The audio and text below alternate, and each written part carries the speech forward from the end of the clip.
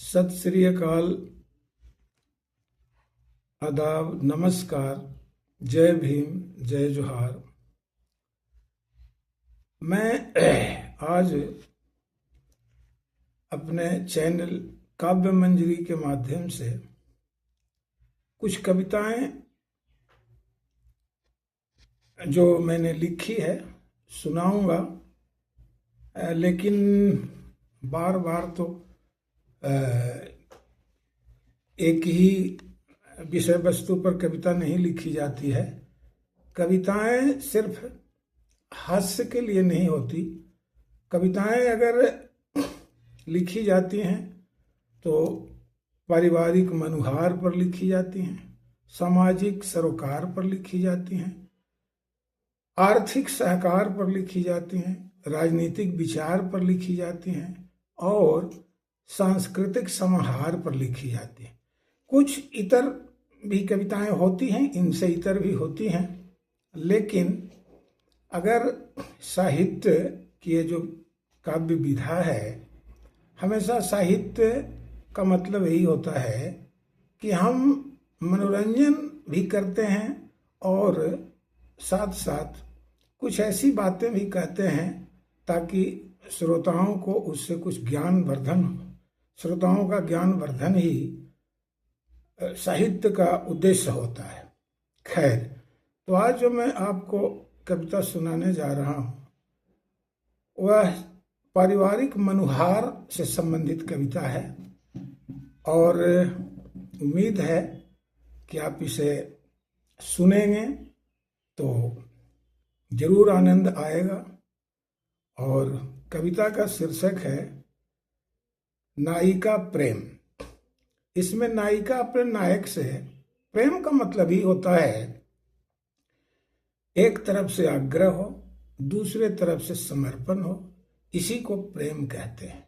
तो नायिका बड़े ही विनयशील, बड़े ही नम्रता के साथ जो मन में थोड़ी बहुत नाराजगी है नायक से, वो प्रस्तुत करती है। अब आप सुनेंगे, वो अपनी सखी से कहती है, जो उसका ये है नाराजगी का कारण है। वो कहती है, सुनिए। उन आँखिन में सखी प्रेम कहाँ, इन आँखिन में जो विराजत हो। उन आँखिन मतलब नायक की आंखों में, और इन आँखिन मतलब नायिका की आंखों में। सखी सुंदर, सखी सिंदूर लाज हमी रखी हूं, उन फेरों के लाज न लाजत हूं। रस प्रेम की धारी ये सरसें, हर सहिए के मन गाजत हैं।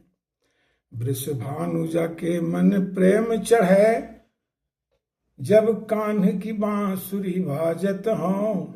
जब डोली डली ससुरार चली, जब डोली डली ससुरार चली, तब मातु पिता सब रोवती हों। सखियां कजरा अचरा मुख दे, असुआन की धारनी धोवती हैं। जो सुहाग के राग में पाग बनी, पाग का मतलब होता है जब शादी ब्याह में जो चाशनी बनती है, कुछ मीठा चीज बनाने के लिए, जैसे ठेकुआ वगैरह हो, या हमारे तरफ उसको कसार लड़ुआ भी कहते हैं, तो उसके लिए जो चाशनी बनती है उसको पाग कहते हैं। तो यह नायिका कहती है, जो सुहाग के राग में पाग बनी, उस पाग की आग में पागती हूं। जब सौंपिए चित्त में प्रीत लगे, तब सोनित भित में जागती हूं। बहुभांति कहो तुम प्रेम करो, नहीं प्रेम करी के खिझावत हो। हलराई मिलाई मेरे मन को, बस बात बनाई रिझावत हो। इस जगह नायिका कहती है कि जब से प्रिय के चित्त में हमारा चित्त लग गया, या प्रिय से हमारा चित्त लग गया, तब से एक अजीब तरह का डर बना हुआ है। और वो डर वही डेफिसिट, जो ट्रस्ट डेफिसिट होता है, उसी का डर नायिका को है। आगे कहती है, प्रिय कौन सी पार्टी पढ़े है सखी, अनजानी सी बूझी बुझावत हो।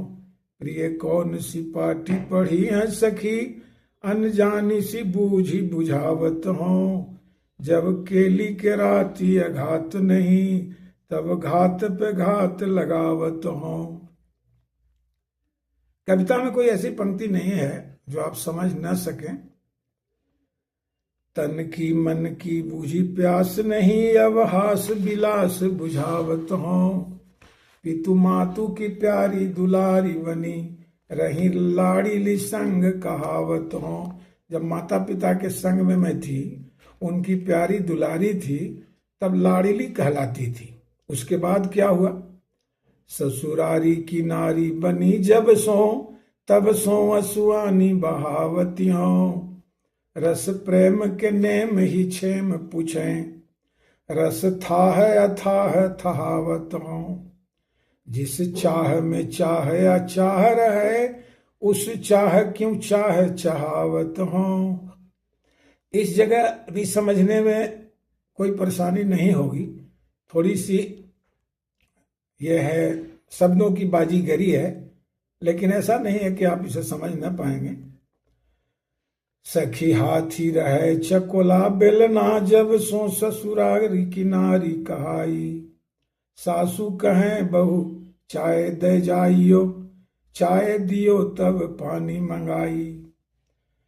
इत देखी जबे ससुरे कही हैं, मोही छाड़ियो ना सुधी ऐ बहुरानी। उत देवर जूसो जो नैन लड़े, निकसै मुख कंज से शीतल बाणी। जब कंत बसंत में बाही रहें, तब आसी रहें लघु देवर जानी। कैसो न चाय दियो उनको, निस प्राण के प्राण देवर देवरानी। केली के बीच जो नैन लड़े, लजवंत सुकंद के नैन लजाई।